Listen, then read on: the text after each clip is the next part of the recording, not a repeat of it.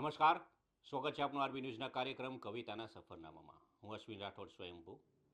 આજની મારી રચનાનો વિષય છે વિશ્વ માતૃભાષા દિવસ, જેના ઉપર મેં રચના લખી છે. એનું શીર્ષક આપ્યું છે મારો શ્વાસ, જે આપની સમક્ષ રજૂ કરું છું. અછાંદસ કાવ્ય છે કે લોહીમાં ભળેલી હોય એને શીખવવાની ન હોય, લોહીમાં ભળેલી હોય એને શીખવવાની ન હોય, એ તો ગળથુથીમાં મળેલો અદ્રશ્ય વારસો છે. એ તો ગળથુથીમાં મળેલો અદ્રશ્ય વારસો છે. જ્યારે વેદના આંતરડા સુધી પહોંચે, કે જ્યારે વેદના આંતરડા સુધી પહોંચે ત્યારે હોઠો પર જે આપોઆપ આવી ચડે એ બીજું કશું નહીં, મારી માતૃભાષા છે. કે ત્યારે હોઠો પર જે આપોઆપ આવી ચડે એ બીજું કશું નહીં, મારી માતૃભાષા છે. બીજી ભાષાઓમાં તો હું માત્ર વાત કરું છું, બીજી ભાષાઓમાં તો હું માત્ર વાત કરું છું, પણ શ્વાસ તો હું આ ભાષામાં જ લઉં છું. કે શ્વાસ તો હું આ ભાષામાં જ લઉં છું.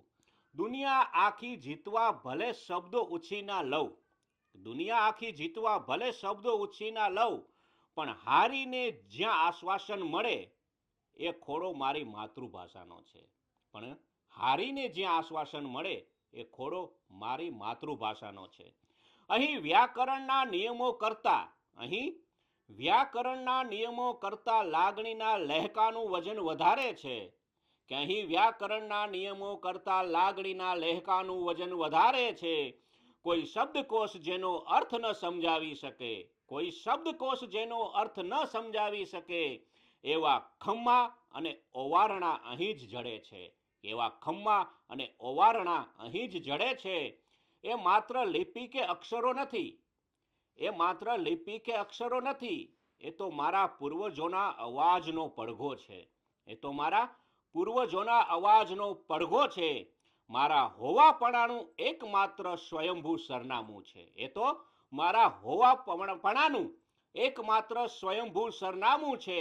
કે લોહીમાં ભળેલી હોય એને શીખવવાની ન હોય, એ તો ગળથુથીમાં મળેલો અદ્રશ્ય વારસો છે.